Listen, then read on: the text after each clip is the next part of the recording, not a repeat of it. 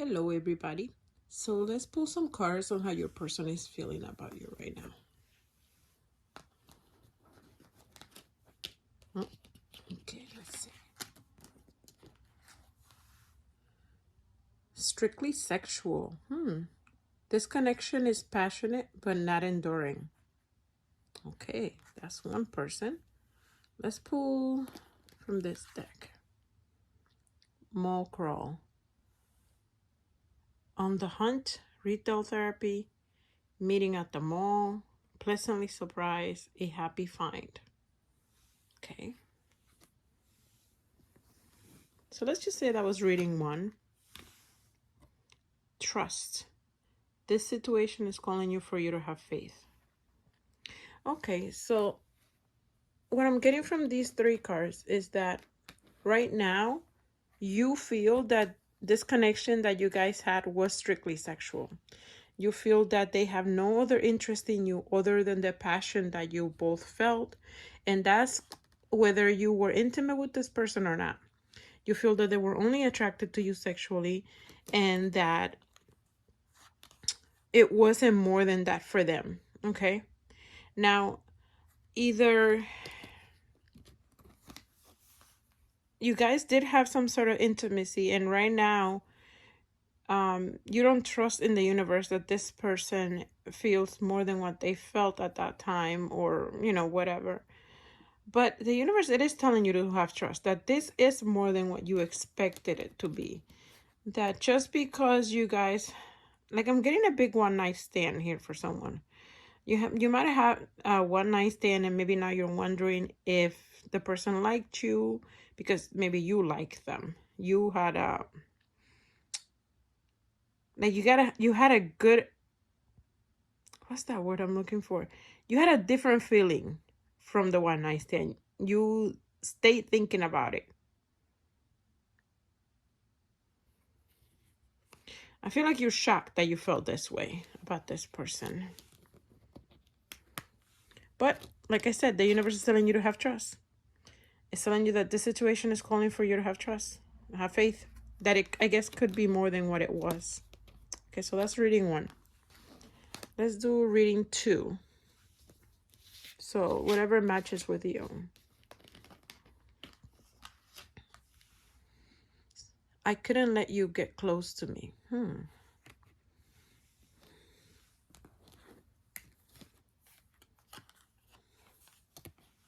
Friend zoned. Still friends, just friends. Someone likes someone else only as a friend, not a relationship material. Okay.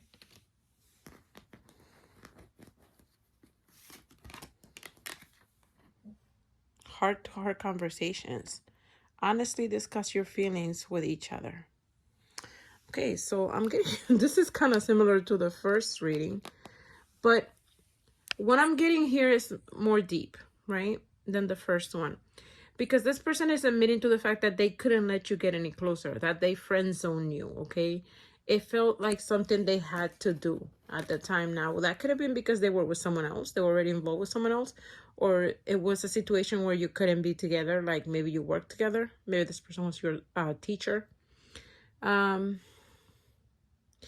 here it feels like this person wants to have a heart-to-heart conversation.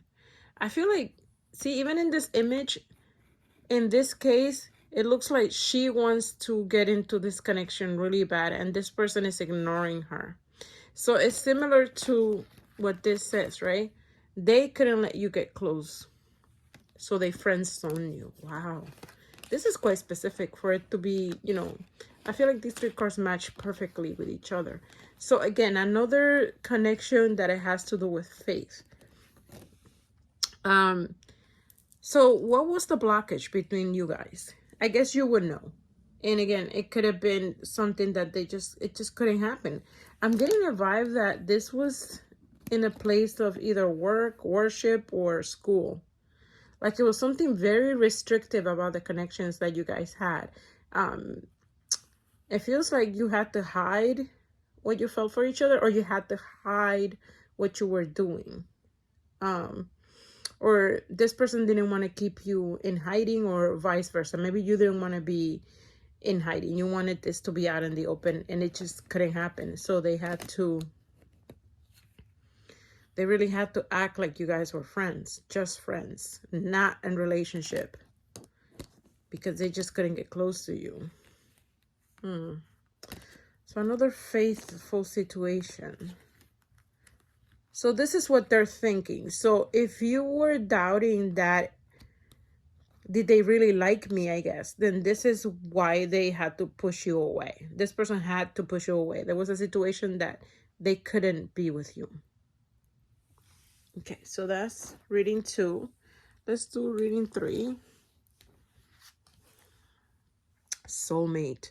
Your soulmate loves, accepts, and respects you unconditionally.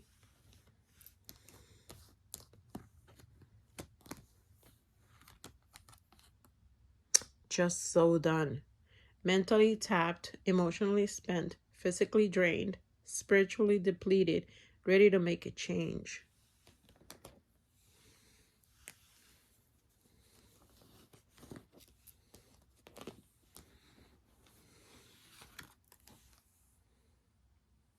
Religious factors. Wow. Your love life is influenced by your religious upbringing and spiritual path. So this doesn't have to be necessarily religious. This can also be another blockage that kept you guys from being together, some sort of taboo of your connection, whether you guys were from different race, different cultures, like odd couple, right? Like a big age gap, different social status, right? Like even one person had a lot of money and the other person didn't. Or again, the situation where this could have been your boss or vice versa, right? All right, so reading 3, this person is tapped out. Maybe this person and yourself haven't seen each other in a while, or the situation, the connection ended because of the blockages, whether, that was religion or the differences that you guys had, whether, the differences, whether they were financial, your race, your culture, whatever it was, right? Whatever kept you guys apart. I keep saying apart. I feel like you're not together, or because of what happened, maybe you're not aware of why it didn't work out because the connection was so strong. You felt that this was it, that this was your soulmate, that this was the person that you were going to finally be with. And it's funny that it says on the soulmate card that they accept and respect you, right? When this is giving me the opposite, right? That they couldn't accept you. You were not accepted in their circle. Wow. This is very sad. This person is extremely upset all the time. They're constantly thinking about what they lost. They feel like you're the one that got away. This person is very depressed. This person is very sad. They can't sleep. They're constantly in a privacy.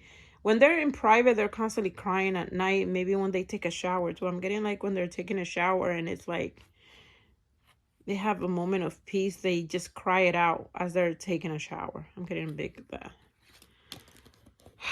And I feel like you went through that same thing. You went through the crying and the uncontrollable anxiety that you had, but now you're doing better. I feel that, you know how this has like it feels like a spring card, right? So you went through your moments of darkness and sadness, and it was just awful for you. It was cold and you felt unwanted, unloved for something that you couldn't help.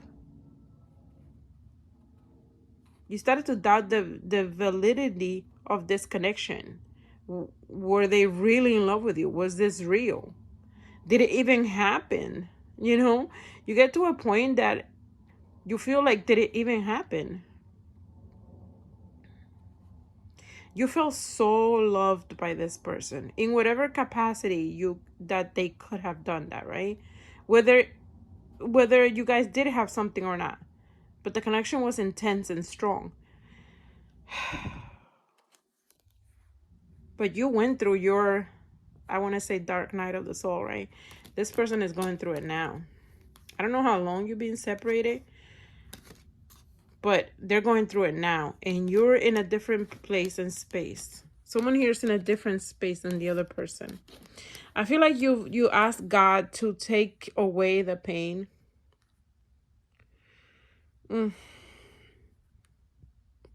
Sorry, channeling. You asked God to take away the pain. You went through a spiritual awakening. You really did. You did better for yourself. See, because she looks like she was once very sad as well. She was very, very sad. But she looked up for comfort. So she focused 100% on spirituality. It was something you couldn't handle. Just, just by crying it out. I don't know if you toughened up or you felt that you had to be tougher. So it's like you felt that God, whatever religious belief you have, right? Whether it's spiritual, religious, you felt like your beliefs kept you afloat, right? And while you were very sad and upset, you almost felt like for a fact that this was your person and that God or spirit brought him to you. Yet that person just couldn't be with you. And many times you felt like other people interfered. You felt like people did witchcraft. But then you said, you know what? What's for me is for me. No matter what happened to keep us apart, if this person is for me, they're going to come back. So you kind of like pushed it aside. You looked away and you focused on yourself.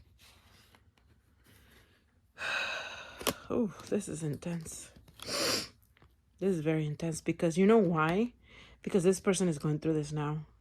So you're feeling their sadness and their intensity right now. Even though yours happened right away when you first separated and they were trying to be tough or they acted real tough like they didn't care. Or something else was going on that kept them. It's almost like nothing happened in the beginning for them. In the beginning of the separation. But you went through it in the beginning and now you're doing better. Because you focus wholeheartedly on faith, and on cleansing your energy. Some of you guys did, you did better for yourself financially. You took care of your physical appearance. You did something to make your inside and out feel better, right? And this person just either focused 100% on work, on their whatever they had to do, they focus on it. Now it's like they're crashing. See, because they're drained. Now they're going through their spiritual awakening because they allowed spirituality to come in and take over. They're tough. They really waited a while to go through this. I don't know if you guys are really from completely different spiritual backgrounds, but you right away, allowed spirit and God to take care of things, to help you heal. But they didn't. They focused mostly on the monetary or whatever it was, the physical things. And now, whew, now they're like destroyed. Ooh, I'm getting like too much out of this one. Okay, I'm gonna stop because then I won't be able to sleep. All right, guys, I hope this made sense. Let me know in the comments if it did. Take care. Good night.